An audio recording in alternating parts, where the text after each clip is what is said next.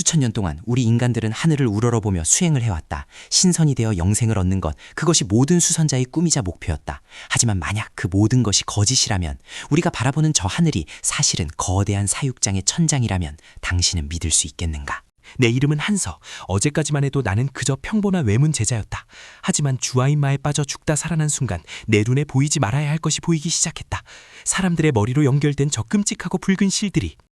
그것은 단순한 환각이 아니었다. 한서는 자신의 손목과 발목에도 투명한 실이 묶여 있다는 것을 깨달았다. 그가 팔을 들어 올리려 하지 않아도 실이 당겨지면 팔은 저절로 움직였다. 그의 삶 전체가 누군가에 의해 조종당하고 있었던 것이다.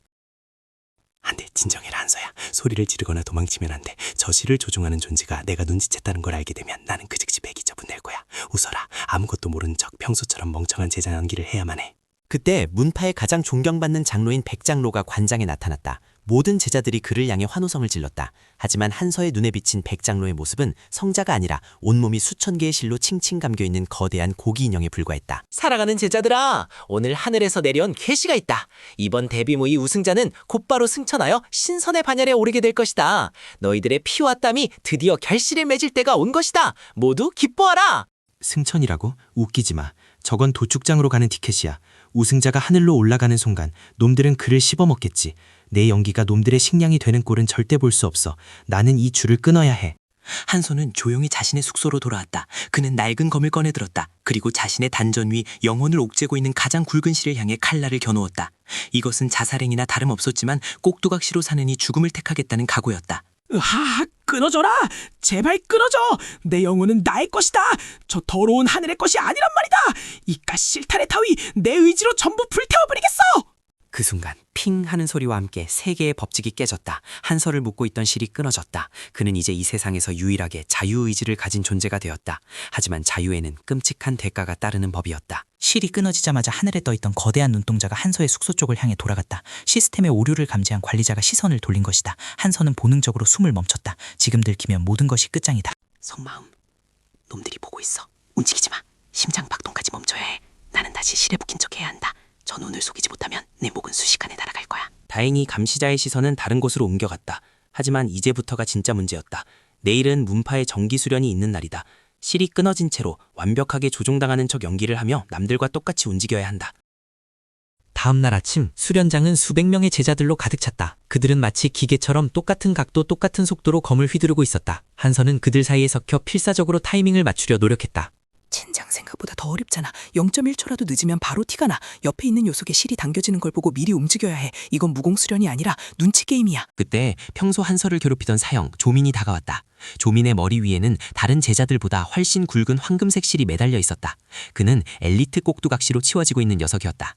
조민, 내 놈이 제정신이 아니란 건 알지만 오늘은 정말 죽이고 싶을 정도로 거슬리는구나. 저 황금실이 널 강하게 만들어주겠지만 동시에 내 놈의 생명력을 가장 빠르게 빨아먹고 있다는 걸 넌 모르겠지. 조민이 갑자기 한서의 멱살을 잡았다. 이것은 시나리오에 없는 돌발 행동이었다. 아니, 하늘의 누군가가 한서를 시험해보기 위해 조민을 조종하여 싸움을 붙인 것일 수도 있었다. 사형, 왜 이러십니까? 제가 무엇을 잘못했길래? 젠장, 반격하고 싶어 미치겠다. 그냥 저 팔을 부러뜨릴 수 있는데. 하지만 참아야 해. 여기서 힘을 숨겨야 나중에 뒤통수를 칠 수 있어. 한서가 비굴하게 굴자 하늘의 감시자들은 흥미를 잃은 듯했다. 조민의 살기가 가라앉았다. 한서는 바닥에 엎드린 채 안도의 한숨을 내쉬었다. 하지만 그는 몰랐다. 백장로가 멀리서 그를 유심히 지켜보고 있었다는 것을. 저 녀석 뭔가 위화감이 들어. 분명 실에 묶여있는 것처럼 움직이는데 영혼의 파장이 미묘하게 어긋나 있어. 불량품인가? 아니면 돌연변이인가? 오늘 밤 놈을 내 처소로 불러야겠다. 그날 밤 한소는 백장로의 호출을 받았다. 거절할 수 없는 명령이었다. 장로의 처소는 화려했지만 곳곳에서 비릿한 피냄새가 났다. 한소는 이곳이 단순한 거처가 아니라 실험실임을 직감했다. 속마음, 역시 이들근이 보통 미친 게 아니야. 방구석에 쌓인 저 항아리들 전부 실패한 제자들의 영혼을 담아둔 거잖아. 나도 저 항아리 중 하나가 되게 할 순 없어. 어서 오거라 한서야. 가까이 오렴. 내 기운이 탁하구나. 내가 직접 연기를 주입하여 너의 혈도를 뚫어주마. 이것은 장로로서 베푸는 특별한 은혜니라. 백장로가 말하는 연기 주입은 사실 새로운 통제용 실을 심장에 직접 박아넣는 시술이었다. 한서는 절체절명의 위기에 빠졌다. 거부하면 즉사, 받아들이면 다시 노예가 된다. 지금이다. 놈이 방심하고 있어. 내가 완전히 무력하다고 믿고 있을 때가 유일한 기회야. 내 단전 속에 숨겨둔 역천의 기운을 폭발시켜서 놈의 손가락을 튕겨내야 해. 백장로의 손이 닿으려는 찰나 한선은 일부러 발작을 일으키며 입에서 검은 피를 토해냈다. 이것은 공격이 아니라 주와 인마에 걸린 척 연기하여 상대의 접근을 차단하는 고도의 심리전이었다. 이런 더러운 놈, 감히 내 옷에 피를 묻혀? 내 놈의 몸 상태가 엉망이구나. 연기가 역류하고 있어. 쳇, 이런 불량품에게 귀한 신의 씨를 낭비할 뻔했군. 당장 나가라! 죄송합니다, 장성님. 목숨만 살려주십시오. 속마음, 성공했다. 더럽고 쓸모없는 놈으로 취급받는 게 이렇게 다행일 줄이야. 일단 시간은 벌었어. 위기는 넘겼지만 한선은 백장로의 방에서 중요한 단서를 보았다. 벽에 걸린 지도. 그것은 단순한 지도가 아니라 수확 시기가 표시된 가축관리 대장이었다. 그리고 대비무가 열리는 말이 바로 대규모 수확이었다. 3일 뒤면 이 문파의 제자 절반이 하늘로 끌려가 먹힐 거야. 그 전에 나는 힘을 키워야 해. 문파 뒷산에 봉인된 금지된 동굴로 가자. 거기라면 감시자의 눈을 피할 수 있을지도 몰라. 금지된 동굴은 수백 년 전 하늘에 대항하다 죽은 광인이 갇혀있던 곳이었다. 문파는 그곳을 저주받은 땅이라 불렀지만 한서에게는 유일한 희망의 땅이었다. 그는 망설임 없이 결계를 뚫고 들어갔다. 동굴 깊은 곳에서 한선은 낡은 비급을 발견했다. 참천검법, 하늘을 베는 검. 이 검법을 만든 자 역시 하늘의 진실을 알고 있었던 것이다. 한선은 미친 듯이 비급을 읽어내려갔다. 이거야. 연기를 사용하는 게 아니라 연기를 역류시켜서 실의 파동을 끊어내는 기술. 이 기술만 익히면 나뿐만 아니라 다른 사람들의 실도 끊을 수 있어. 하지만 3일 안에 이걸 마스터할 수 있을까? 시간은 쏜살같이 흘러 대비무 당일이 되었다. 하늘은 기이할 정도로 맑았고 구름 사이로 황금빛이 쏟아져 내렸다. 제자들은 축복이라며 환호했지만 한서의 눈에는 그 빛이 피처럼 붉게 보였다. 지금부터 제100회 승천 데뷔무를 시작한다. 우승자는 저기 보이는 천국의 문으로 들어갈 영광을 얻게 될 것이다. 서로를 죽여라. 너희의 강함을 증명해라. 경기가 시작되자마자 수련장은 아수라장이 되었다. 평소 친했던 동료들이 서로의 목을 베고 심장을 찔렀다. 조종당하는 그들의 눈에서는 눈물이 흐르고 있었지만 몸은 멈추지 않았다. 잔혹한 꼭두각 시주였다. 젠장, 지옥이 따로 없군. 나는 최대한 눈에 띄지 않게 예선만 통과해야 해. 진짜 목표는 우승이 아니라 저 단상 위에 있는 백장로와 그 들에 숨어있는 감시자다. 하지만 운명은 한서를 가만두지 않았다. 결승 상대는 바로 조민이었다. 조민은 이미 이성을 잃고 괴물처럼 변해 있었다. 그의 몸에 연결된 실은 이제 수십 개로 늘어나 있었다. 보라, 조민의 저 압도적인 힘을 하늘의 선택을 받은 자의 모습이다. 한서야, 내 놈 따위가 감히 저 힘을 당해낼 수 있겠느냐? 그냥 죽어서 거름이나 되거라. 하늘의 선택? 웃기고 있네. 저건 그냥 과부하 걸린 기계일 뿐이야. 사형 많이 아프지? 내가 편하게 해줄게. 그 지긋지긋한 줄 내가 끊어주마. 조민의 주먹이 한서의 머리를 강타하려는 순간 한서는 참천검법 제1식을 펼쳤다.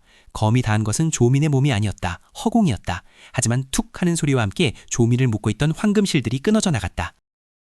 경기장은 침묵에 휩싸였다. 하늘에서 연결이 끊긴 조민은 그 아리에 쓰러졌다. 백장로는 사리에서 벌떡 일어났다. 그는 자신의 눈을 의심했다. 감히 인간이 신의 결속을 끊다니? 내 놈, 지금 무슨 짓을 한 거냐? 그 검술은 어디서 배웠어? 저놈을 잡아라. 저건 이단이다. 당장 저놈의 팔다리를 잘라버려. 이제야 본색을 드러내는군. 더 이상 연기는 끝이다. 백장로, 당신도 꼭두각 시인 주제에 누가 누구를 명령해 당신 머리 위에 있는 그 줄이나 걱정하시지. 한서는 달려드는 경비병들을 베지 않고 그들의 머리 위 허공을 베었다. 실이 끊어진 경비병들은 실을 잃은 인형처럼 바닥에 다뒹굴었다. 한서는 곧장 백장로를 향해 도약했다. 오만방자한 놈, 내가 직접 너를 심판하겠다. 하늘의 분노를 받아라. 주문, 강림하라. 위대한 포식자여. 백장로의 몸이 기괴하게 비틀리더니 거대한 괴물로 변했다. 이것이 바로 승천에 실패한 자들의 말로 했다. 그는 신선이 아니라 신들의 사냥개가 되어버린 것이다.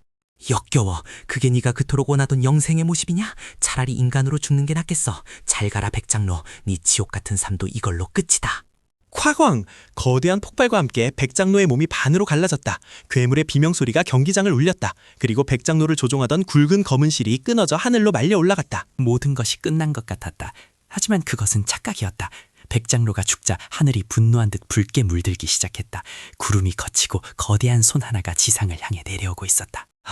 관리자가 죽으니 주인이 직접 나서겠다는 건가? 스케일 한번 더 어렵게 크네. 하지만 상관없어. 손가락 하나든 손바닥 전체든 내려오는 쪽쪽 다 베어버리겠어. 그때 끊어졌던 실을 가진 제자들이 하나둘씩 정신을 차리기 시작했다. 그들은 자신들이 무엇을 하고 있었는지 혼란스러워했지만 한서가 하늘에 맞서는 모습을 보고 본능적으로 무기를 들었다. 저게 뭐야? 우리가 여태껏 저런 괴물들에게 절을 하고 있었던 거야. 한서가 우릴 구해줬어. 야, 다들 뭐해? 그냥 죽을 거야? 싸우자! 저 빌어막을 손모가지를 날려버려! 이것은 역사상 처음 있는 일이었다. 가축들이 주인을 물어뜯기 위해 이빨을 드러낸 것이다. 한서는 미소를 지었다. 혼자가 아니었다. 이제 이 싸움은 반란이 아니라 전쟁이 되었다. 들어라. 우리는 더 이상 꼭두각시가 아니다. 우리의 운명은 우리가 결정한다. 참천검법 최종식 개천 하늘을 열어라. 빛의 기둥이 하늘을 뚫었다. 거대한 손이 산산조각났다. 그리고 그 너머에 있던 진짜 세상의 모습이 드러났다. 그것은 또 다른 거대한 감옥들이 끝없이 펼쳐진 우주였다. 저게 다 우리 같은 세상이라고? 우리는 고작 저 수많은 유리병 중 하나에 갇혀 있었던 거야? 갈 길이 머네. 배워야 할 게 생각보다 너무 많아. 한선은 검을 거두지 않았다. 첫 번째 세 장을 부셨을 뿐이다. 이제 그는 다른 세 장들의 갇힌 자들을 해방시키기 위해 신들을 사냥하는 진짜 여정을 시작하려 한다. 신들이여 기다려라. 너희가 키운 가장 위험한 가축이 지금 너희의 목을 물어뜯으러 간다. 모든 수선자가 꼭두각시일 때 그만이 자유롭다. 이야기 끝.